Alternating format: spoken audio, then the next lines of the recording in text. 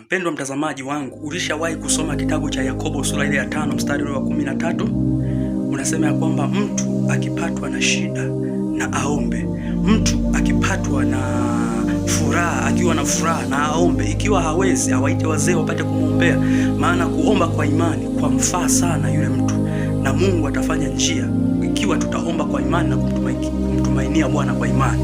Ndugu yangu, nataka nikwambie kwamba yamkini umekata tamaa, yamkini huoni njia, yamkini huoni mabadiliko, yamkini umeshajikatia tamaa, umeona hili jambo la kushindwa. Nataka nikwambie leo, unapoamka na neno la Mungu, mtumishi wako Hawani Maemba anapokuletea injili hizi za mabadiliko katika siku ya leo, ninakupa neno la faraja kwamba nguvu ya asubuhi, nguvu ya mapambazuko inajengwa pamoja na maombi. Amka muombe Mungu, amka omba. Kuomba ndio silaha ya mwisho. Kuomba ndio silaha ya mwisho.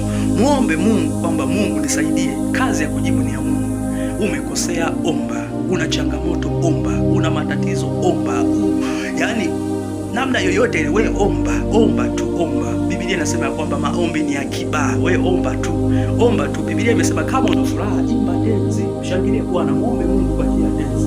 Kama una matatizo, omba, mwambie, peleka haja mbele za Mungu. Asubuhi mwambie Mungu, katika asubuhi ya leo ninaomba uponyaji wako, ninaomba nguvu yako ikawe pamoja nami, ukanibariki kwa jina lako Bwana ikawe pamoja nami, nitembee pamoja nawe Bwana, anza pamoja nami na maliza pamoja nami. Hii ndio nguvu ya pambazuko la kweli, hii ndio nguvu ya pambazuko la kweli. Sikiliza somo hili linalofuata hapa mbele na kubariki sana. Amen. Naitwa mtumishi wako Hawani Maemba. Asante. Shalom mpendwa mtazamaji na msikilizaji wangu, nikusalimu katika jina la Yesu Kristo wa Nazareti aliye hai. Ni siku nyingine tena, nilikuwa napitia kifungu cha Biblia fulani, nikaona kaujumbe kazuri sana. Kanasema kwamba katika kitabu kile cha Yakobo sura ile ya 5 mstari ule wa 13 anasema, mtu wa kweli amepatikana na mabaya na aombe, ana moyo wa kuchangamka na aimbe zaburi. Mtu wa kweli amekuwa hawezi, na waite wazee wa kanisa nao wamwombee na kumpaka mafuta kwa jina la Bwana. Na kule kuomba kwa imani kutamwokoa mgonjwa yule, na Bwana atamuinua. Hata ikiwa amefanya dhambi atasamehewa.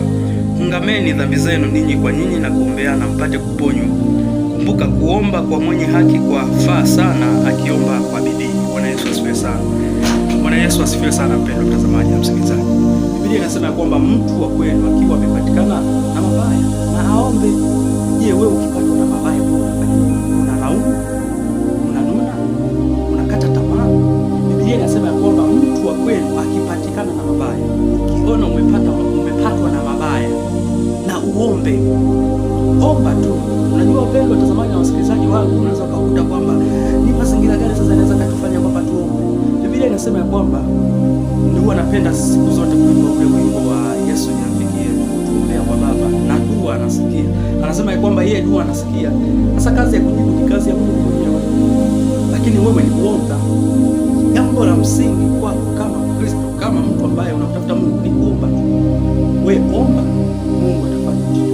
Wewe omba, Mungu atafanya. Kazi ya kujibu ni Mungu. Lakini omba ni maisha. Omba ni uponyaji. Omba ni ishara ya kwamba unanyenyekea katika hili uwezi. Kwa hiyo Biblia inasema kwamba mtu akipatwa na mabaya miongoni mwenu na aombe. Mpendwa watazamaji, kumbuka kuomba. Kuomba ndio habari ya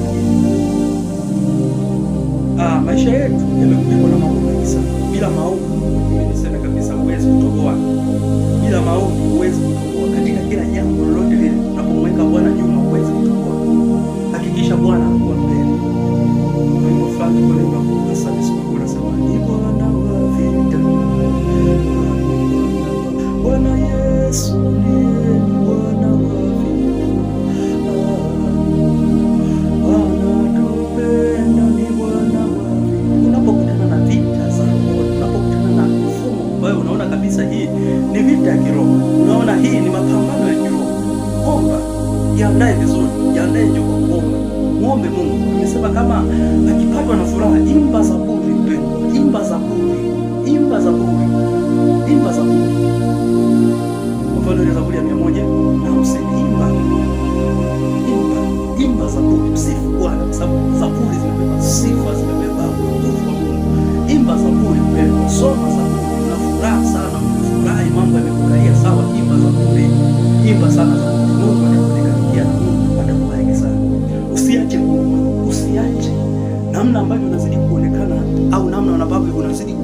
kuona kwamba mzigo umekuwa mkubwa kiasi fulani, ndio namna ambayo unatakiwa uwasilishe maombi. Maombi ni silaha, maombi ni ushindi, maombi ni baraka, maombi ni uwezesho, na maombi ni nguvu. Pendwa mtazamaji na msikilizaji wangu,